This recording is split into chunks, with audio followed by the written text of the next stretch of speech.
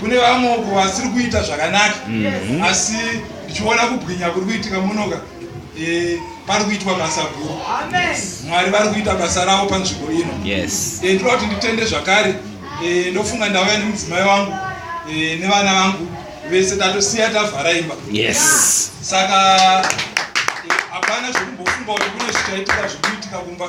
Pfungwa dzedu dzese dziri pano nokuda kuti tasiya tavhara tasiya tavhara imba kuti tiuye pano. Tinokutendai kunyange neminamato yamunenge muchiita misi nenguva kunyange conference isati yatanga pane kunamata kuzhinji kunoitika. Zvino ndinokutendai ene ndichivimba kuti Mwari vachandishandisa zuva ranhasi kuti nditaure zvinhu zvinofanira kutaurwa muupenyu hwenyu. Handisi kuda kuuya neshoko repa next door asi ndoda kuuya neshoko renyu chairo rinobatsira imimi. Risiri rokuzoti pamwe dai azvitaurawo zvainge zvavabatsira asi minamato yenyu nekushumira kwenyu Mwari nhasi ngavakupindurei. Vakupei zvishuwo zvemwoyo yenyu. Zvino ini ndofunga amai simukai nevakomana simukai. Ndo mhuri yangu iyoyi.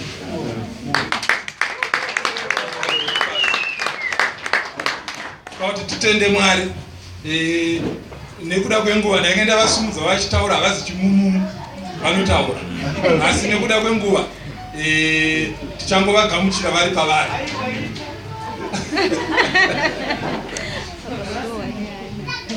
Uyai mukwazise sangano raMwari.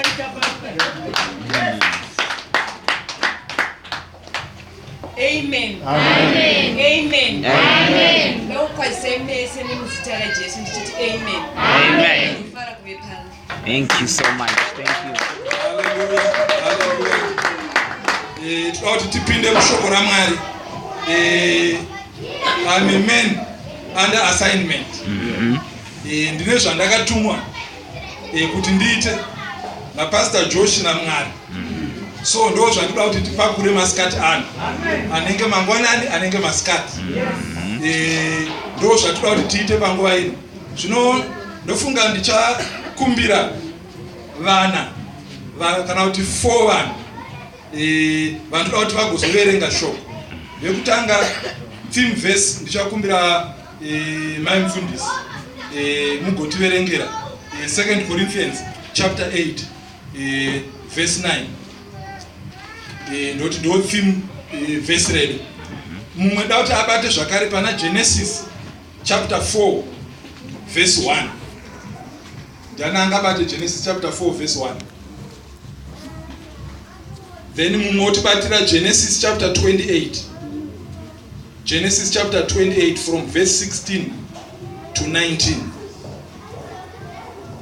Genesis 28 verse 16 to 19. Then Philippians chapter 3 verse 10. Philippians 3 verse 10. Ndichakumbira mai mufundisi vati verengere 2 Corinthians chapter 8 verse 9.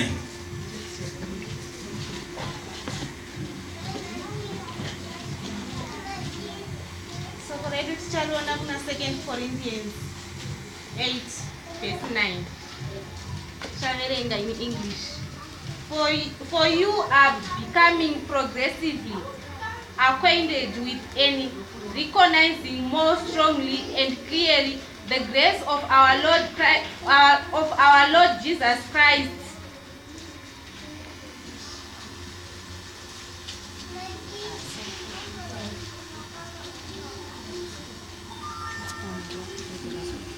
Sorry, ndashasa phone. Nomira ndikubatsire ndikuverengere verse 9. Ndoda kuti mubate the first part ye verse. Inoti for you know the grace of our Lord Jesus Christ. For you know the grace of our Lord Jesus Christ, that through he, that though he was rich, yet for your sakes he became poor, that you through his poverty might become rich. mumwe abatawo Genesis chapter 4 verse 1. Genesis chapter 4 verse 1. Zvino Adhamu wakaziva mukadzi wake Eva. Iye ndokutora mimba akapona Kaini akati, ndawana munhu ndichibatsirwa naJehovha. Amen. Pana mumwe futi ane reEnglish here papo kandi ndoverenga hangu ine reEnglish pana futi zvakare vhesi iro. Now Adam knew Eve his wife, and she conceived and bore Cain, and said, I've gotten a man from the Lord. Now Adam knew.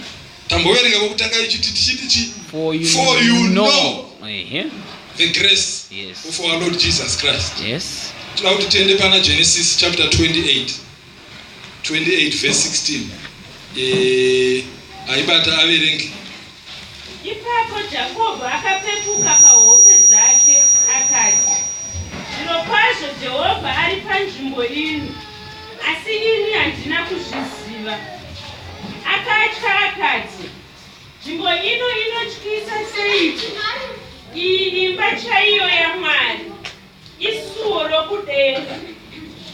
Jacob akamuka mangwanani, akatora ibwe raakanga akatsamira, akarimisa kuti rive shongwe, akadira mafuta pamusoro paro, akatumidza nzvimbo iyoyo zita rinonzi Bheteri, asi zita reguta pakutanga rainzi Ruzi. Amen. Verse 16 only in English. Not you. Then Jacob awoke from his sleep and said, surely the Lord is in this place. I did not know it. Yes. I did not what? Know it. Gatipedzi say Philippians chapter 3 verse 10.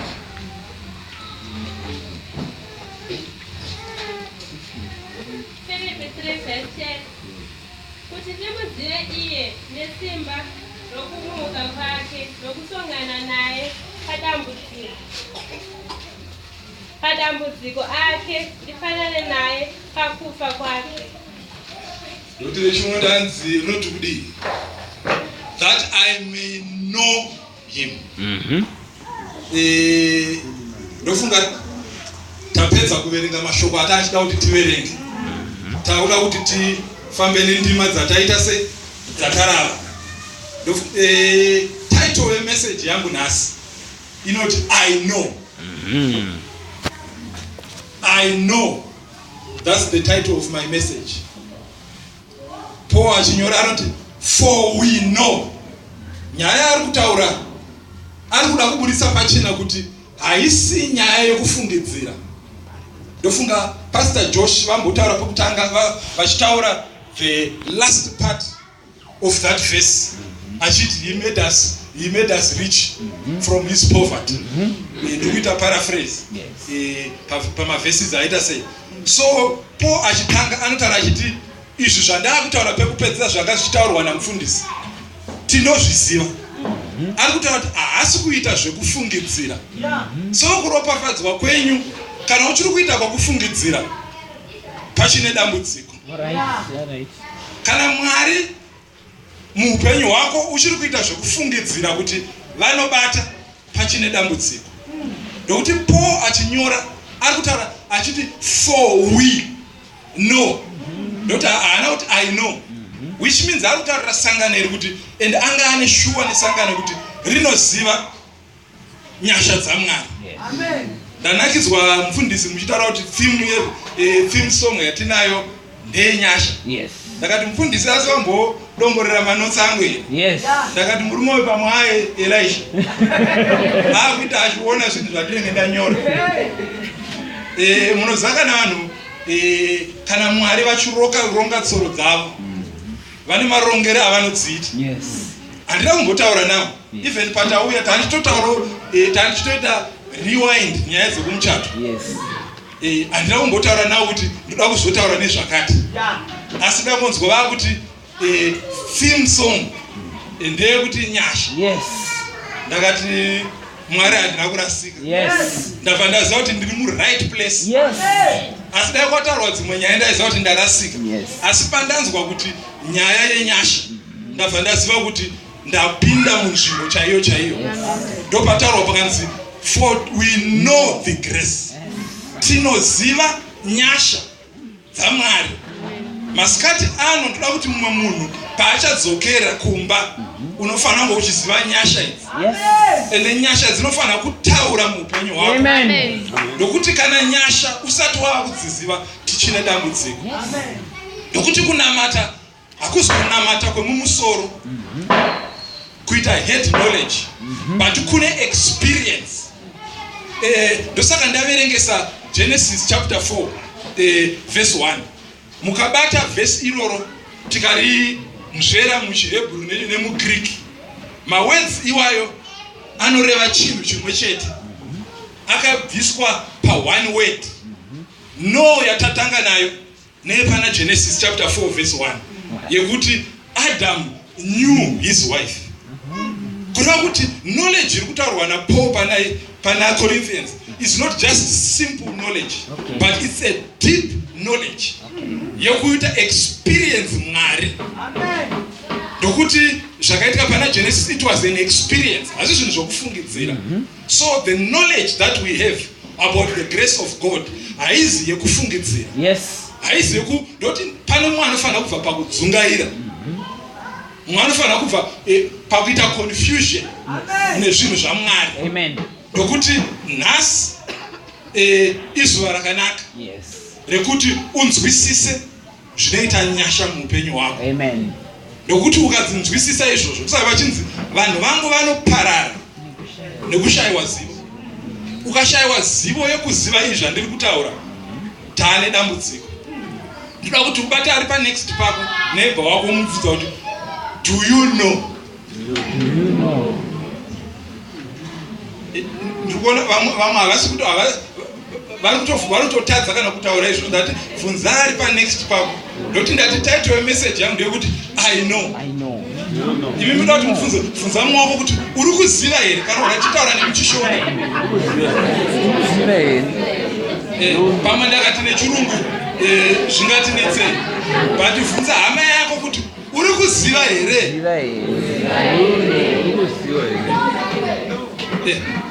Ndokuti hatidi chadzimira. Ndoti nyaya yevhangeri yaMwari haidi chadzimira, inoda kuita sei? Kuziva. Ndosaka ndati bvunza mumwe hama yako pamwe achiri muconfusion.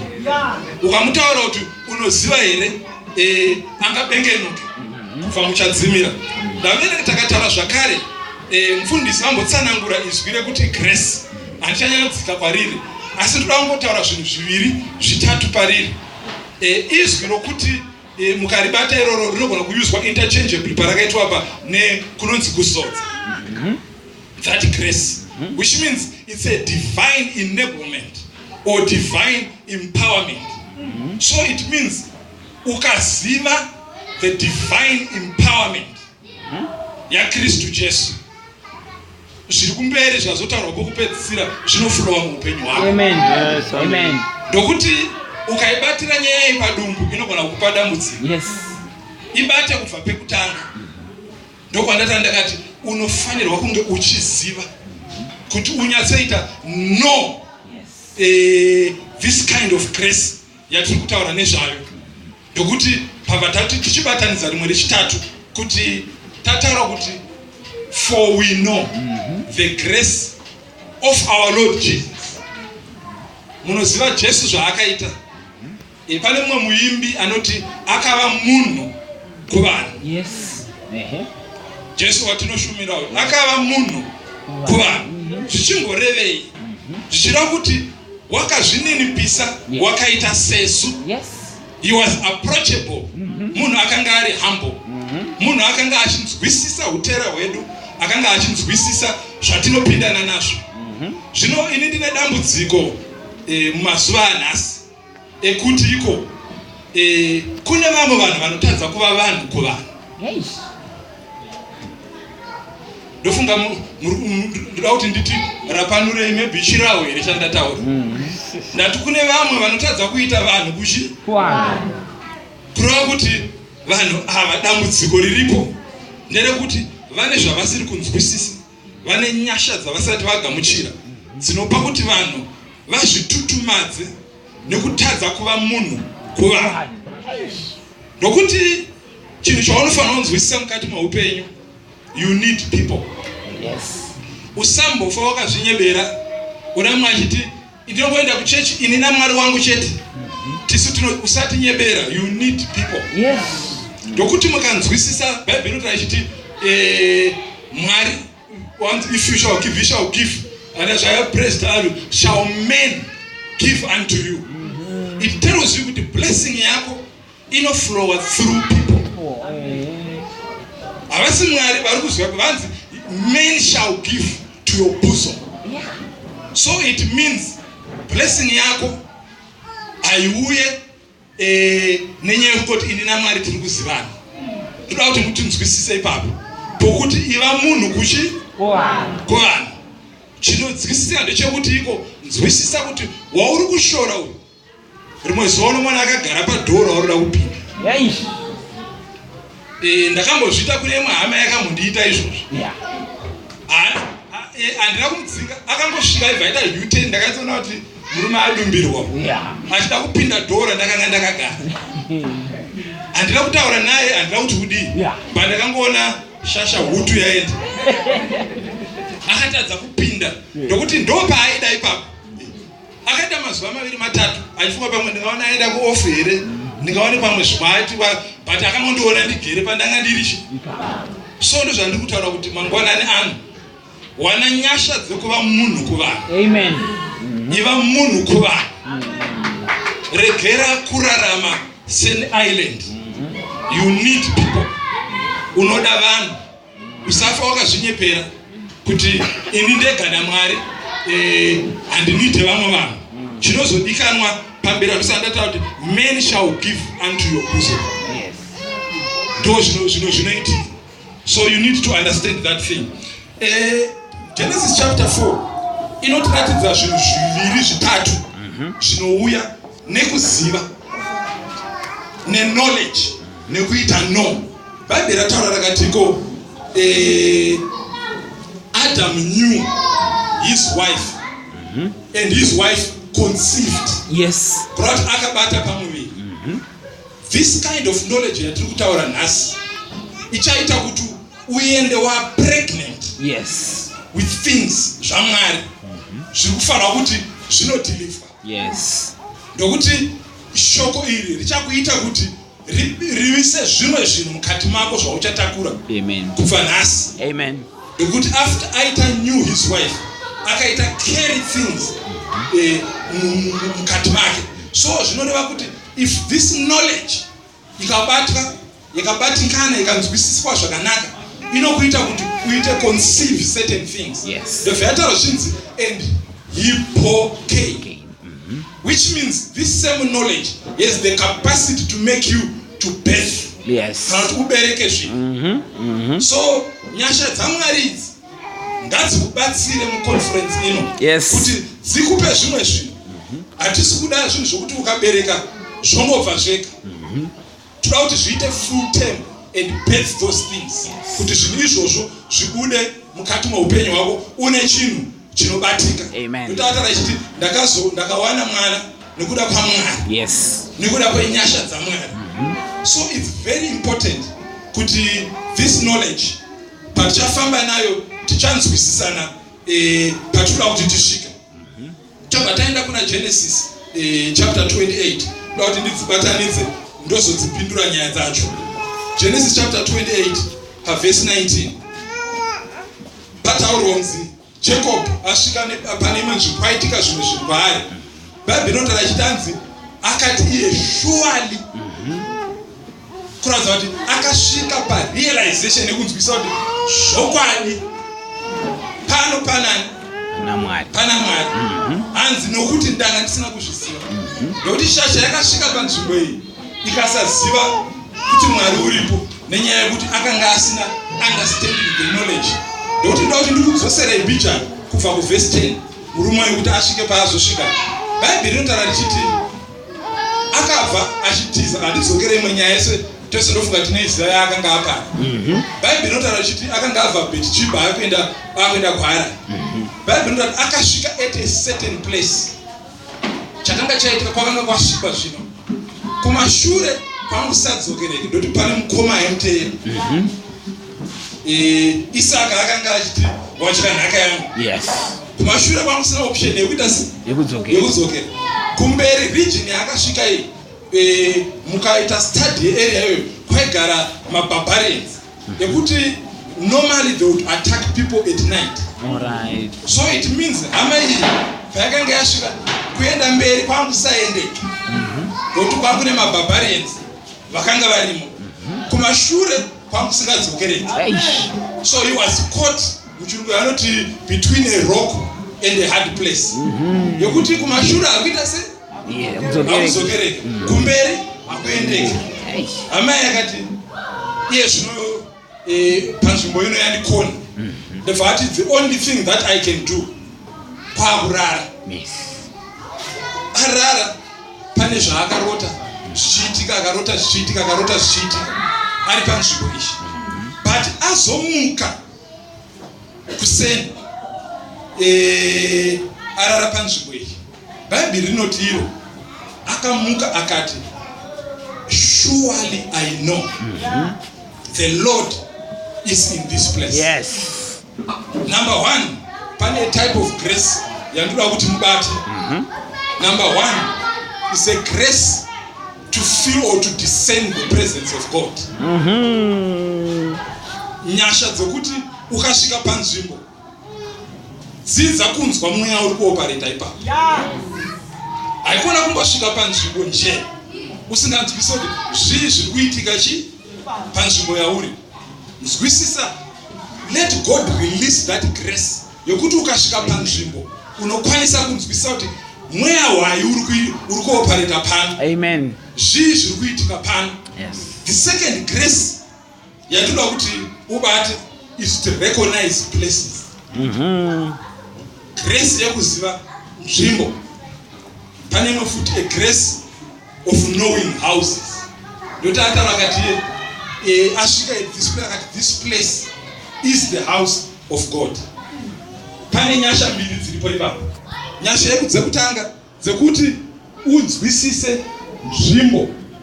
Munoziva mukushumira nemukufamba nemuupenyu. It's very important. Ndambotaura ndakati kuva nenyasha dzekunzwisisa mweya uri panzvimbo.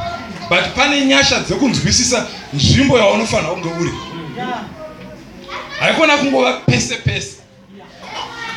Kungova everywhere. Nzwisisa nzvimbo yaunofanira kunge uri. Nokuti panzvimbo yaunofanira ndo pane nyasha dzokuti ubudirire ipapo. Ukafarisa kumhanya kwese kwese usina nyasha dzaMwari dzikubekeno unonogara pamwe ukasvika wasvuka wapo. So nzwisisa nzvimbo. Mwari ngavabengenutse pfungwa dzako. Ndosaka tatara pekutanga kuti pataura panzi I know the grace. This grace should make you kuti unzwisise nekuona a place kuti this is the right place that I should be in. Haikuna kungoenda pesa. Panzi the grace of knowing houses. Ndotatara kati this is the house of God. Handi dzimba dzese dzokungoenda. Amen vanhu vaMwari. Ndoda kuti ndiqualify zvandiri kutaura izvi. Kuvhangera tinovhangera tichifambira vanhu tichifambira hatina kuti ngatisavhangere vanhu. But zvandiri kutaura ndezvokuti nzwisisa dzimba dzokuenda kunodiscussa maideas. Ziva dzimba dzokunodiscussa upenyu. Have that grace of identifying houses to visit. Handi vese vokuti unongoshanyira. Pakushanyira kwandiri kuti handisi kutaura kuti ndoti kana tichiti takuita brotherly love tinotenderera tichishumira kuvanhu vese. But pane zvimwe zvikoshwa zveupenyu zvokuti hauende nazvo kune dzimwe dzimba. Tiri kunzwisana vanhu vaMwari.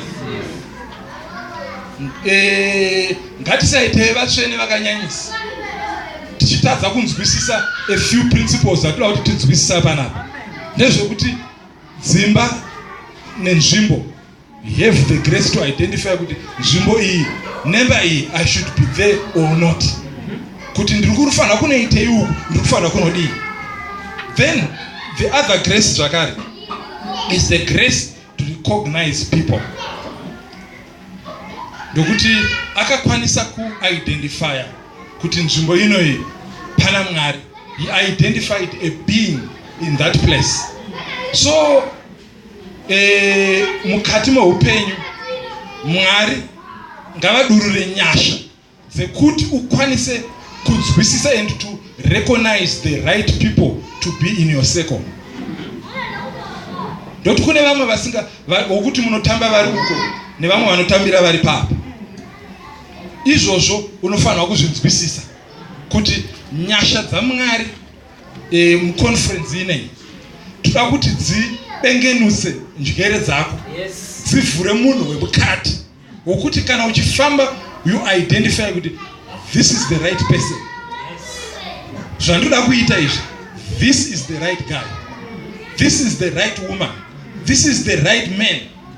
Pane zvandoda kuita, haikuna kungoti nje kungogumba kumba. Understand, you have the grace ndokuti unzwisise kuti pane zvinofanirwa kunge zvichiitika. Ndokuti dati murume uyo achirota kudaro, Bible rinotaura richiti hanziso, mama versions anoti a gate, mama anoti gateway. Those things pane zvazvinosymbolize, ndokuti irimwe nguva inodawo nguva yayo, ndokuti nyaya yemadreams inodawo nguva yayone, hatingaikwanise kuibatanidza ikapera. Ndokuti madreams, there are a number of things, there are signs, symbols, numbers, colors, creatures, animals are different in dream language. Yatinoti dream language, but isusu tangopika one thing chatoda kuti tifambe nacho chichatibatsira panyaya dzatoda kuita sei dzatoda kupetenura panapa, ndechekunyaya yegateway or gate. Ndokuti Bible rotati akaona a gateway, akaona a gate in heaven paakanga achirota, asvika at this particular place. Ndokuti upenyu kana usati hwakudzvanya chaizvo Mwari haumutsvage nemwoyo unoda. Ndada testimony yambotaurwa nababa. Musafunga kuti kana munhu achitaura ari kuita manyawe kana kuti kudii. Ndozvatata ndakati it's a deep understanding, a deep knowledge yokuziva kuti pandakanga ndiri nepandazosvika pane musiyano uripo. So kana munhu achitaura anotaura with authority, nekuziva nekunzwisisa kuti zvaari kutaura haasi an analyst. Ndoti vanhu kuanalyze vazhinji tinogona kuti dai angadai. Ava havasi kuanalyze situation, asi vari kukutaurira zvavakapindana nazvo. Ukaenda kune vamwe hamusani maona vanhu vanokomenda bhora na Charles Mabika vai unoita dai azodai coach dai uronaka, but haamu munhandare mukutambwa bhora iri chake kugona kuita se muromo une anenge akatungamidza muromo muupenyu. Haikona kuita an analyst or kugara around analyst, hauna chaunoita muupenyu, hauna chaunoita, noti every time hashaya chekuita se chekutaura. Kana wafunga kuda kuita chinhu nzwisisa, ndisandata kuti identify people, ndokuti unogona kupinda mumaanalysis ende ukafamba nemaanalysis hakuna chinobuda. Mune muchingochinja program yamboenda kuyadai munopedza gore January kusvika December wonyora mamwe maresolution, iyo zvikuti titaure maresolution awaita for the past 10 years hakuna kana one chaita se, nekuda kuti you have the wrong people around you. Uri kufamba nevanhu vari wrong, uri kuenda munzvimbo dziri wrong, uri kupinda mudzimba dziri wrong. Mwari vanofanira kukubatsira kuti unzwisise and to identify the right people. So aona pandaranzi pamba akavhurika achiona ngiro zichikwira nekudzika. You need to understand kuti chinonzi gate kana kuti gede. Gate rine zvinhu zvakawanda zvarinomirira, especially mutime ishi yavakanga vari. Ndoti one, pane a lot of things that would take place at gates. Ndo paigara maereta, kuratidza kuti ndo paitongwa nyaya, which means it's a place of power and authority. Ndo zvinoreva, it's one thing zvinoreva gate. So which means ndo zvataura ndakati in dream language murume uyu akaratidzwa kuti akupinda into authority and power because akanga aita encounter markets. The other thing, what it means access and opportunity. Ndokuti mukanotisa kupinda muma cities, kuti upinde musiti, you had to go through a gate. So kana gate iroro ndo raiscreena vanhu kupinda nekubuda zvakasiyana nemaguta atanawo anenge ana naharare kuti unongoti mvemve nekwawaita se kwawada kupinda wada kuuya uchibva necoca-cola wada kubva neuko nekuseruko unenge uchinoita se harina any gate. But ma cities ava yanga asina kuita saizvozvo, yakanga iri city yokuti unotopinda through one gate, or even kana pamba ne several gates, but those gates were controlled. So it means hama iyi kana aita access to those gates, which means you are gaining access. Do you know my gates anga akavhurirwa? Bible said they were heavenly gates, which means mu conference ine mumwe should have access to the gates of heaven. Amen. Which means the supply of heaven will come upon your life. Yes. Amen. You will access the supply of heaven. Amen. Ndokuti magetsi akaona runzi anga akari ku heaven ndopa aiona zvinhu zvikwira nekudzika, ngirozi dzikwira nekudzika, which means he was given access to see things in the heavenly places. Amen. So nhasi ne conference ino nyasha idzi dzekuti magedhi azarurwe pamusoro paupenyu hwako dzinofanirwa kudururwa. Yes. Ndokuti this was heaven and it was open.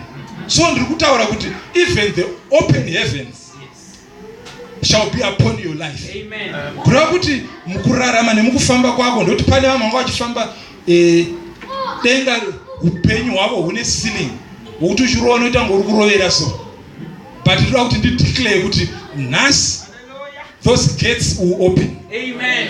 And those doors will open. Amen. Ndokuti Mwari varikuda kuti those things zvireleaswe muupenyu hwenyu.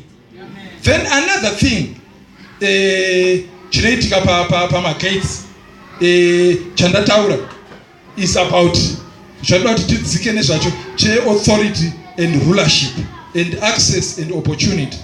So it means nyaya dzako dzambenge dzichitenderera nguva yese.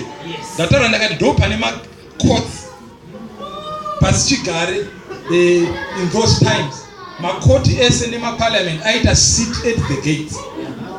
So which means nhau dzako dzaitambwa pagate. So ndoda kuti mumwe ane nhau dzake dzaane makore dzisati dzatongwa, dzisati dzavhurwa, dzisati dzakupa mukana, nhasi nyaya idzodzo dzinosetlwa.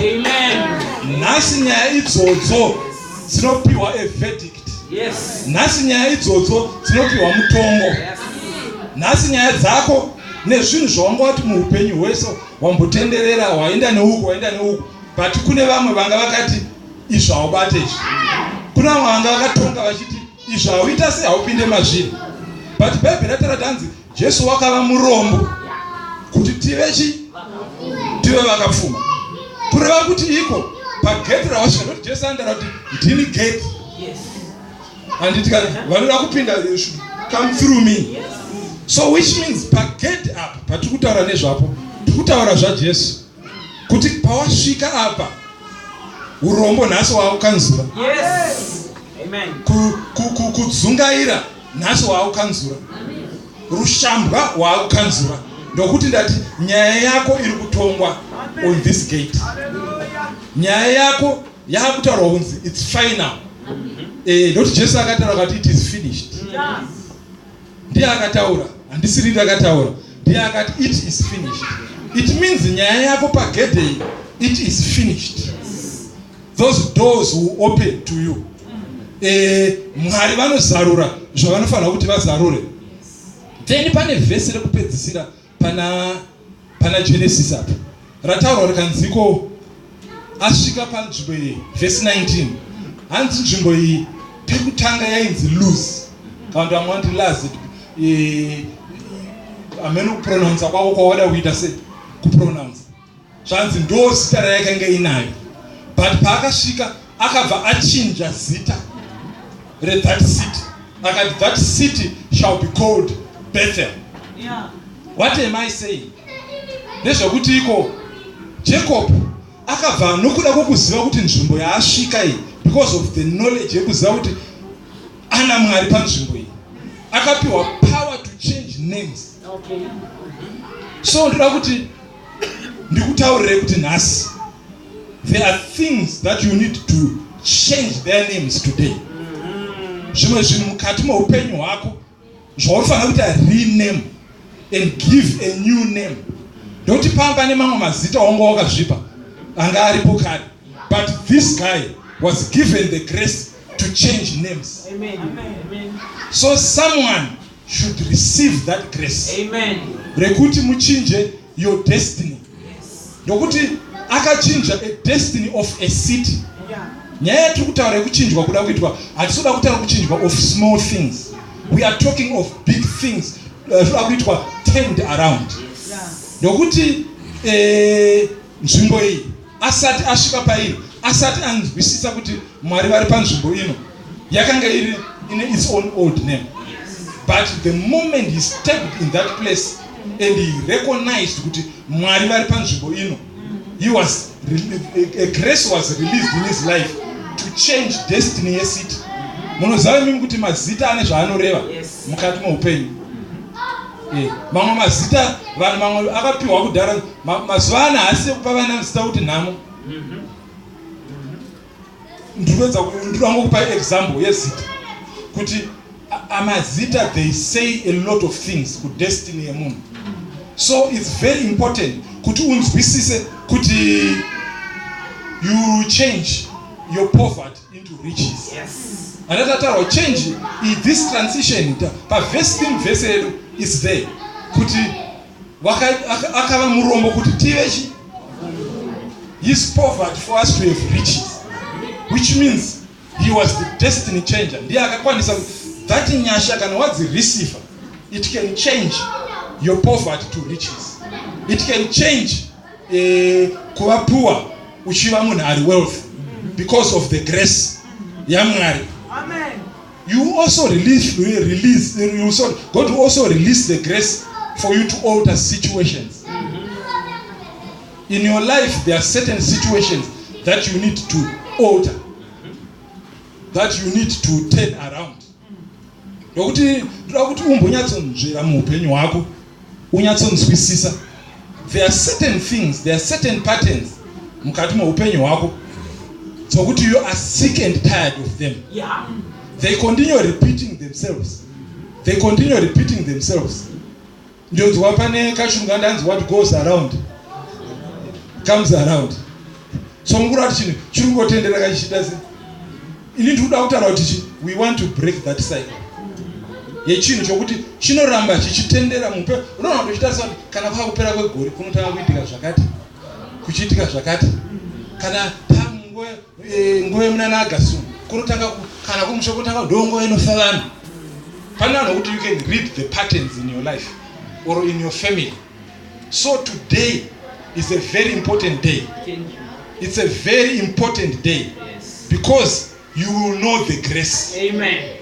Of turning things around. Amen. You will know the grace of altering situations. Amen. You will know the grace of going where you should go. Amen. You will know the grace of doing things that you should be doing. Yes. This grace Nash will make you to conceive and also to deliver.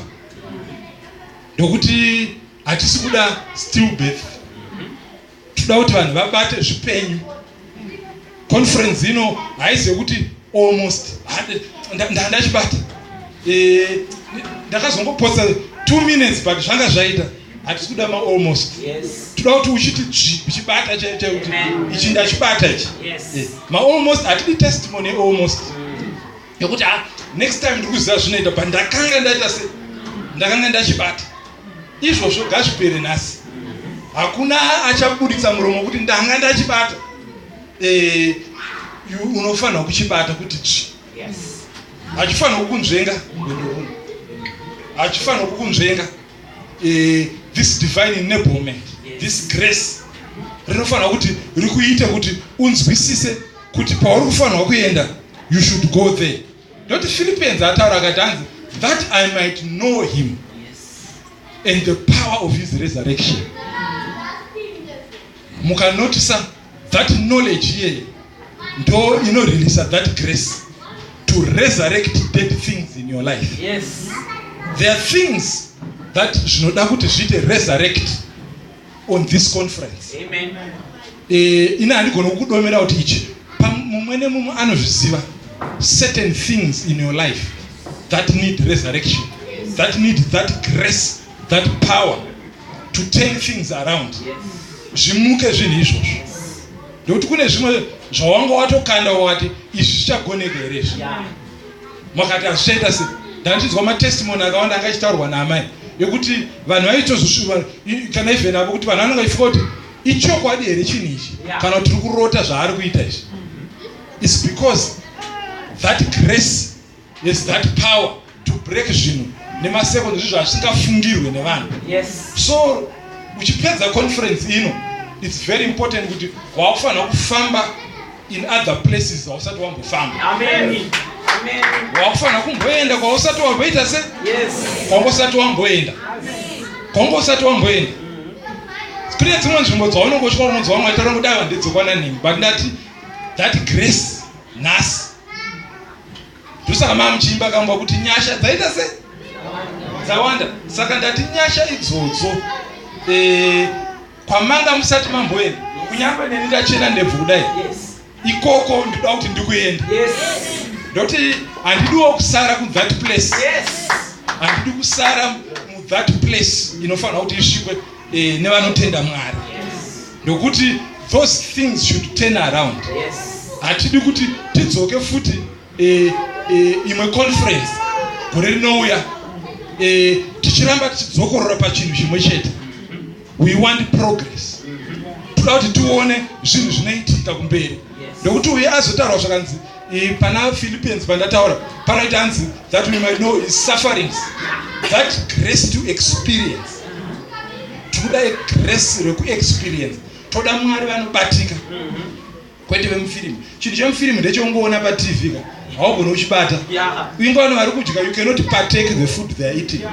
Unongoona kuti food yakaita se yakanaka kana yakabikwa ikadii. Ndotinomboona pane show yemboitwa yevanhu vanobika iye. Kunyange akaronga zvakadii iwe uri kuseri kweTV, you will not partake. Haudyi zvinhu izvozvo. Chako kuita sei? Kuona. Kana uchirwerwa rute worwera rute uchingoona. Zvino ndo zvatiri kuramba kuti tiite zvinhu zvemuTV. Tikuda zvinhu zvatino experience, zvaunotora kuenda nazvo kumba kwenyu, zvaunoona experience iwewe. Ndoti kuziva kwaMwari uku hakuzi kwakunzwa kubva kuna baba kuti zveshuwa Mwari anoita zvikuru. Tikakubvunza kuti zvikuru zvauri kutaura ndezvekobva kuti baba nhingi vaiti zvakati. No. Kana iwewe wati Mwari mukuru, chitiratidza ukuru hwake mukati meupenyu hwako. So it's very important kuti you have to experience God during this Easter. Haisi ndoti nyaya yekuenda pamuchinjikwa yakaita Jesu, haisi nyaya yekungoita zvekungofukidza. Ndosaka makaona akachema nekuchema kukuru pai, ndoti he was experiencing pain, which means the assignment yake had that part yeku experience. So mukati meupenyu hwako ukaita uKristu usina experience, hausisi uKristu. Hausisi uKristu. Tikuda uKristu huno experience. Baba sitaronza that I might conform. Tikuda kuti Mwari vati mold, vati conform into this particular grace. Tinzwisise kuti Mwari vanotisvitsa pane dzimwe nzvimbo. Ndamboti ndakati Jacob akasvitswa panzvimbo yekuti anga asina kukutizira. Vamwe vedu kudzokera kumba hakusi kudzokereka. Ndokuti uri kuziva zvawaita se? Zvawasiya kumba. Kuti urare kuno haugoni kurara futi. hazviite. Vanhu vanofanira kudzokera kumba, but kumba kwacho hausida kuita sei, hausida kudzokera. Pane zvakakutarisa, zvakakumirira, zvawasiya zvakangoita sei, pawazvisiyira ndipapo. Inozvo pandasiya ndakeya dhore kumba kwangu, zvandasiya zviriko zviriko. Saka kana une dambudziko iri ranga raita Jacob kuti uku akasiya apara kumba kwamusaita sei, kwamusadzokereke, kwaanganzi aende kwamusaendeke, ndokuti kune zvimwe zvaimumisa.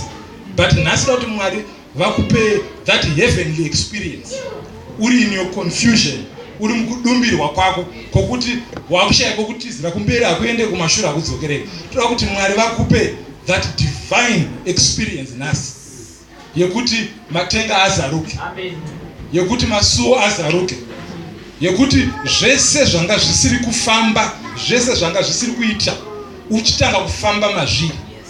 Ndataura ndakati nzvimbo dzawanga usati wambosvika, vanhu vawango usati wamboona. Ndambokutaura ndakati iva munhu kuvanhu, kuratidza kuti pane connection between people, pane kunzwisirana, kubatirana kunoita between people. So toda kuti Mwari vakuconnect the right people. After this conference haikona kungomhanya kwese apa urwaneko, apa wadai ukwana nhingo wangu uriko, kuseri uko wangu uriko, apa zvikuitwa zvongo uripo. Toda kuti Mwari vachikuratidza the right places, the right places to go. Unoona dzimba chaidzo dzaurifanira, the offices dzaurifanira kunopinda. God will lead you to the right office yaurifanira kuenda. Paissue yako, you don't need 20 people, you just need one person to turn around your life. Just one person anokuopenera just one door, anokuopenera gate one. You don't need a host of people, you don't need vanhu vakawandisa, you don't need 50 people.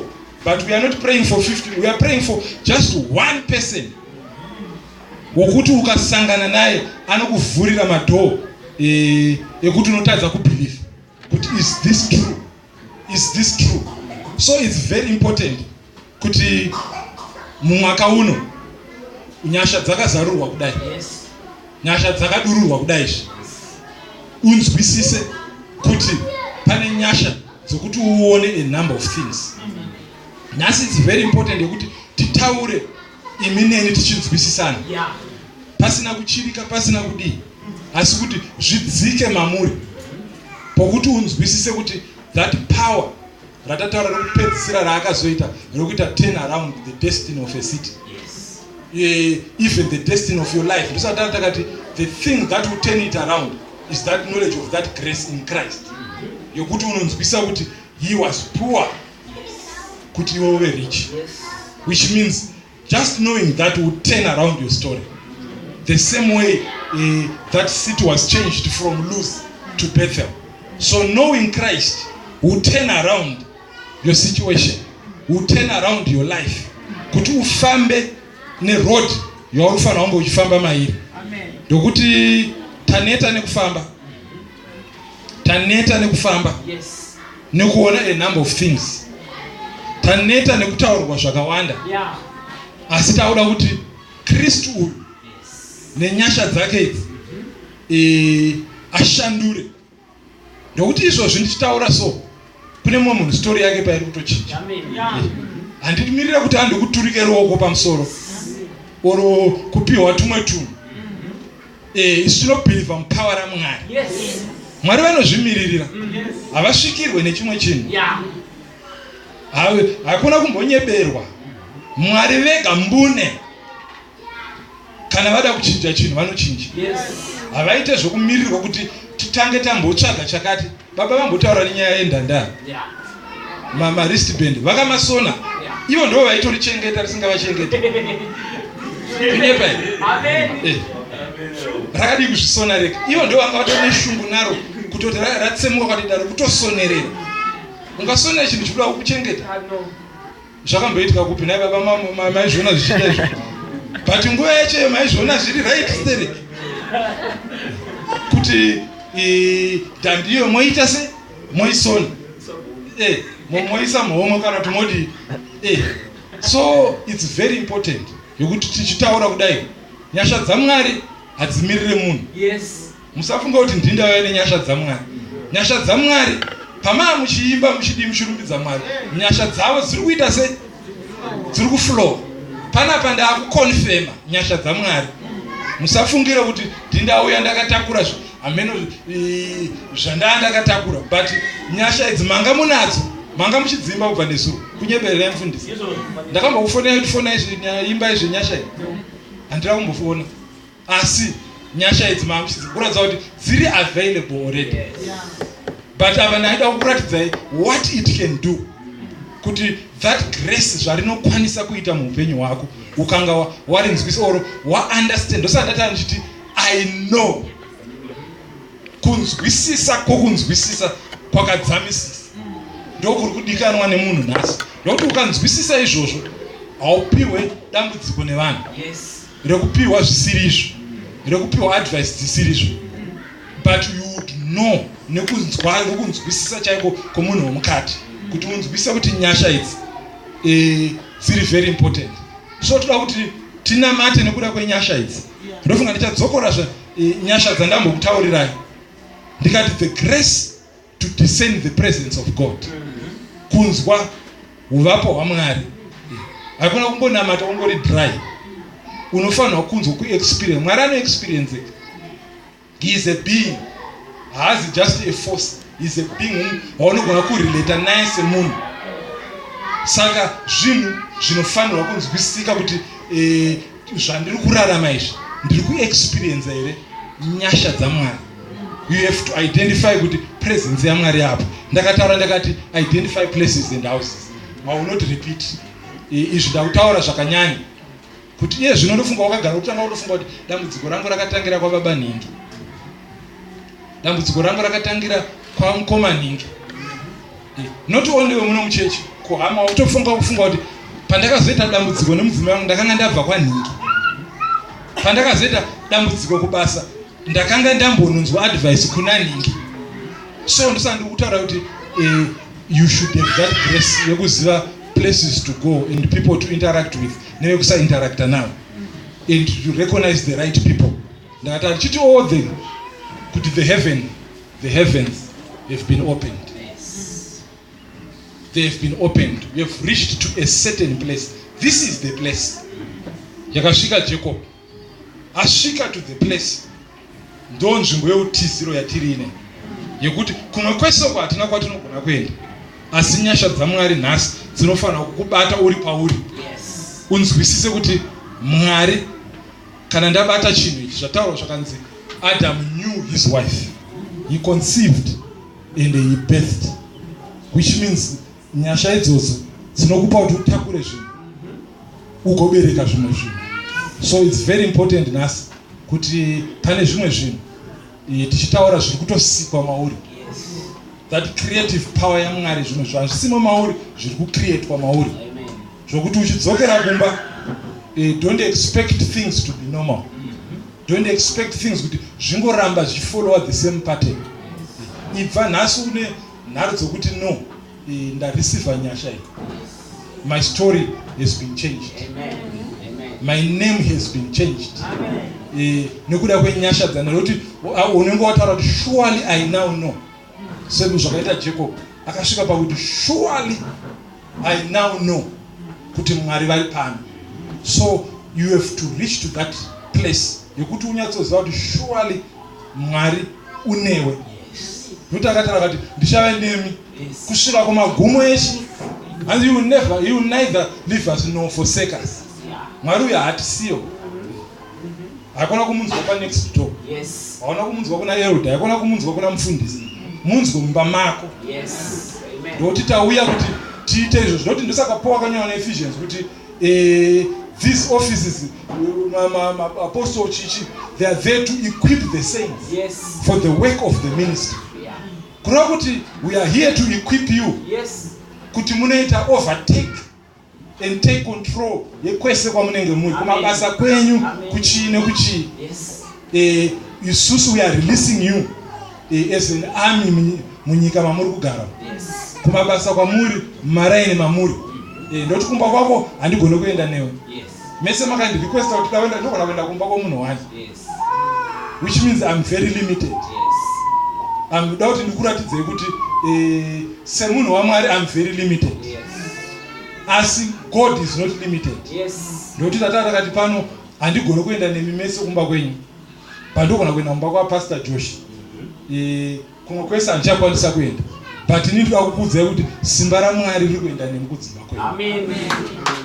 Nyasha dzaMwari dziri kuenda nemi. Kudhikira kwatiri kutoita kuri kutosika zvinhu. Mashoko atinotaura aya haasi mashoko enhando. Ndokuti tichitaura ane zvaanenge achitosika munyika yemweya. So zviri pauri kuti ugashire shoko iroro wofamba mariri. Wakagashira wofamba mariri. Sezvakaita Peter payadezwa vachifamba mubhoti. Ati ndo here zvakanzi come. Akaenda mushoko iroro rekuti come. Ndo raakafamba mariri. Anonzi dzika mvura so ita style yekudai so. Akangopiwa shoko rekuti chi come. Which means pakufamba pake aita step on come. Ndo yaifamba nayo. Hana umironzi uko kunenge kune mawaves akanyanyisa enda nechokuseruka. Khandifamba nechepamusoro apo. Akangonzi come. So zvatikutaura kuti grace. Famba negrace iroro. Zvatikutaura kuti nyasha. Buda nenyasha idzodzo. Peter akangobuda nezwi 1 rekamufambisa pamusoro pemvura. Nyangwe akambozonyura ake pamberi apa akazoyopa pati akatombofamba. Akatombofamba. So izvozvo ndo zvatiri kuda kuti mashoko atiri kurilisa. Atiri kutaura munyika yemweya. Famba maari. Ndokuti Mwari is ready to perform that word. Amen. He is ready to release you into greater heights. Pane zvimwe zvaungofungira kuti haugoni kuzviachiva. Avataura kuti ndakanga ndisina yamai vangu vachitotsinha kuti kana randi chairo anga asina. Asi Mwari vakamufambisa mufaith. Akafamba mufaith, nyasha dzikawanza. Akafamba zvikaitika. So newewo kana manherano masikati ano nyasha idzodzo dziri available. Amen. Dziri available. Ndosaka paipe Peter ndataura pekutanga kuti hana kuti I know, ati we know. Which means he wants everyone to experience this God, to experience this grace. Haizi experience yevanhu vaMwari, i experience yemuKristu wese. Amen. Ndosaka pachinzi these signs shall follow those who believe. Wakaita kuna Mark, they shall do ABCD. Hazvina kunzi these signs shall follow vanhu vaMwari. Those who believe. So tine vanotenda here muno. Ndingaona isimudza maoko vanotenda. Kuna vari kutenda shoko raMwari. Kuna vari kutenda shoko raMwari rinogona kuvaitisa zvimwe zvinhu. Pane vanotenda here kuti shoko raMwari nenyasha dzaMwari dzinogona kukuzarurira zvausati wamboona. Zvinotaura kuti zvisati zvazarurwa kwauri zvakazarurwa naMweya Mutsvene. Toda kuti Mwari vazarure zvinhu izvozvo. Toda kuti Mwari vakufambise vakuonese vanhu vanofanirwa kuona. That person or those people you should meet. Svondo rino vaone. Amen. Kunyange nhasi chaiyi. Amen. Zvinogamuchirwa kuti uite izvozvo. Nyasha idzodzo ngadzifambe newe. Nyasha idzodzo dzokuti ushandure mamiriro emhuri yako noupenyu hwako ngadzive pamusoro pako. Mwari varambe vachikuitirai zvakanaka. Nokuti masikati ano tichisvika pakupedzisira. Toda kuti tisumuke. Tinamate kuna Mwari.